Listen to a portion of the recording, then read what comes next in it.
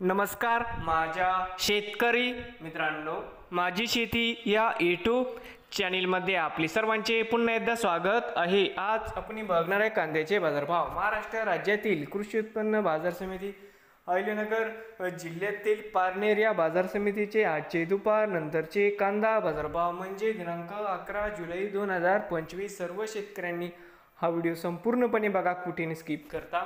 कांदा दरामध्ये होते चांगली वाढ।